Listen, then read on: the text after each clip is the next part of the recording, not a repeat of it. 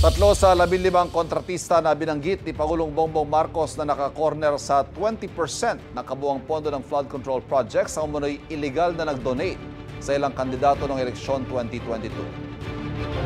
Mukhang tatlo yung nakita ko kaagad. Nung unang tinignan ko kaagad, parang may tatlo kaagad ako nakita.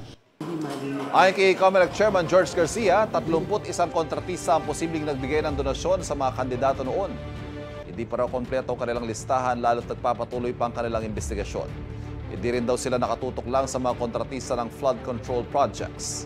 Ipinadala raw nila sa House Committee on Appropriations ang listahan ng mga pangalan ng mga kontratista, pati kung magkano ang ibinigay nilang donasyon at kung sino ang nakatanggap nito.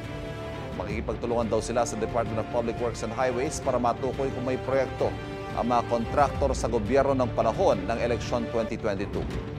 Ipinagbabawal po sa Omnibus Election Code ang pagbibigay ng donasyon ng sinumang contractor ng gobyerno. Kapuso, huwag magpapahuli sa latest news and updates. Mag-iuna ka sa balita at mag-subscribe sa YouTube channel ng GMA Integrated News.